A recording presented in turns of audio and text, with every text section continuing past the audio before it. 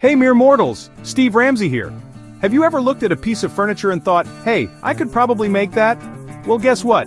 You totally can. Woodworking isn't some secret club reserved for old-timers with giant workshops and beards full of sawdust. It's for everyone. The feeling of taking a plain old board and turning it into something useful, something beautiful, is absolutely incredible.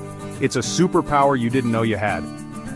Let's talk about the 10-minute idea. Now, are you going to build a fancy dining room table in 10 minutes? Probably not, unless you're a wizard.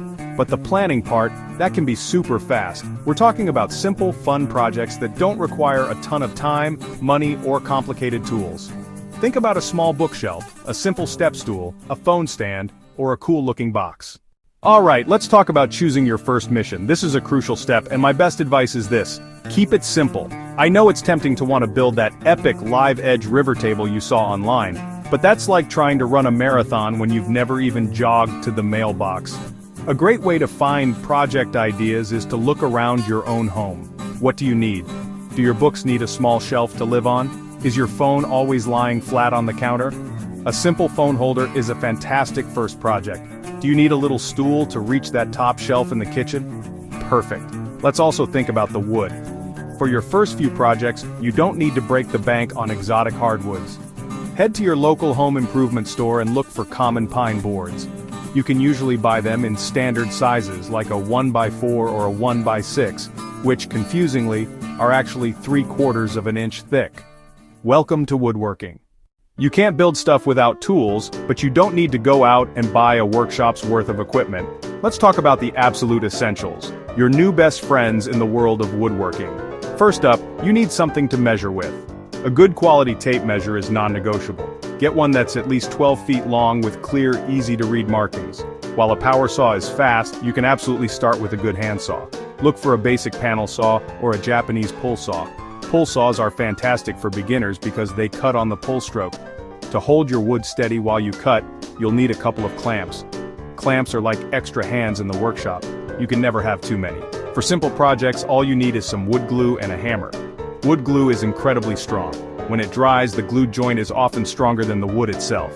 Finally, let's talk safety. This is the most important tool in your kit. A pair of safety glasses is an absolute must. Every single time you are cutting, sanding, or even just hammering, you need to protect your eyes. So you have your project idea and your basic tools. Now you need a plan, a roadmap to get you from a pile of boards to a finished project. The great news is, the internet is overflowing with free woodworking plans. When you're looking at plans online, look for a few key things. First, does it include a materials list? Second, is there a cut list? Third, are the instructions clear?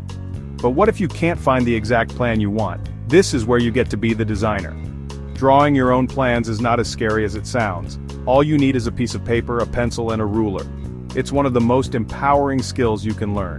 It frees you from having to follow other people's instructions and allows you to create truly custom pieces that are perfect for your space and your needs. Okay, let's get practical and draw our own plan. We'll design a super simple wall shelf, so go ahead and grab a piece of paper and a pencil. First, let's draw the final product. Now, let's think about the dimensions.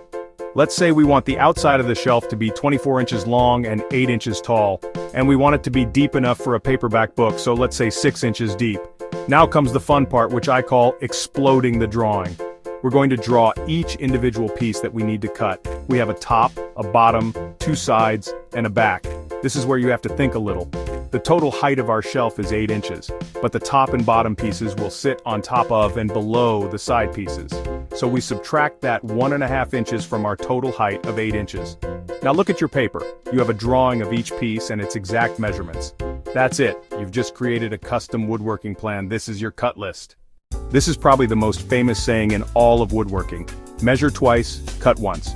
It's a simple reminder to slow down and double-check your work before you make a permanent cut. Extend your tape measure along the edge of the board. Find the 24-inch mark. Make a small, clear V mark with your pencil. Now do it again. Remeasure from the end of the board to your mark. Before you cut, make sure your board is securely clamped to your workbench or sawhorse. A wiggling board is a dangerous board and it will lead to a crooked cut. If you're using a handsaw, place the saw blade on the waist side of your line. Use your thumb knuckle to guide the blade as you start the cut with a few gentle pull strokes. After you make your cut, it's a good idea to check your work. Measure the piece you just cut. Is it 24 inches long? Is the cut square? This careful preparation is what separates sloppy work from quality craftsmanship. You've done the planning and the cutting. Now for the best part, assembly. This is where your pile of carefully cut boards magically transforms into the shelf you designed. Let's start by doing a dry fit. Just hold the pieces together to make sure everything fits correctly. Does it look like a box? Do all the joints line up nicely?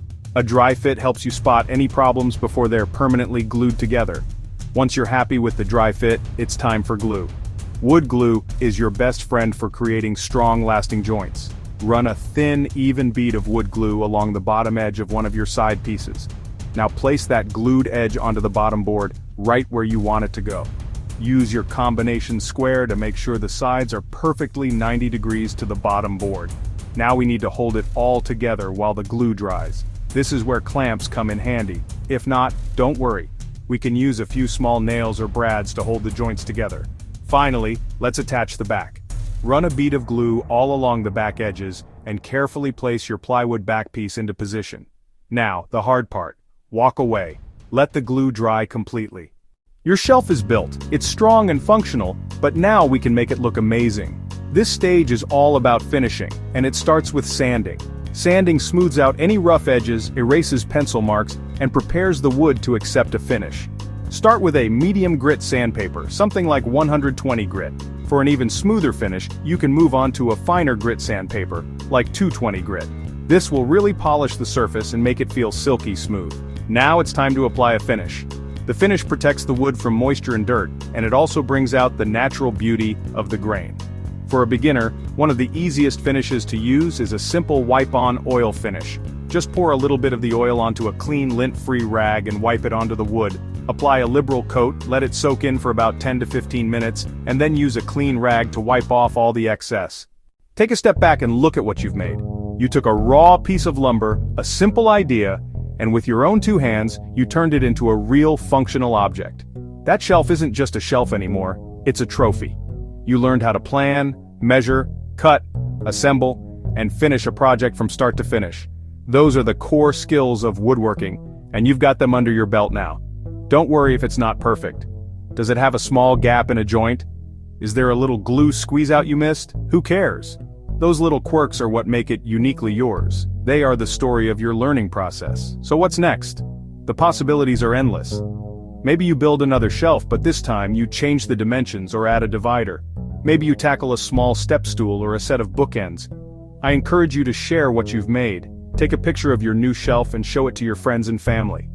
You'll find a welcoming community of people who are excited to cheer you on. So congratulations, you're officially a woodworker. Welcome to the club. Now get back out in the shop and go build something awesome.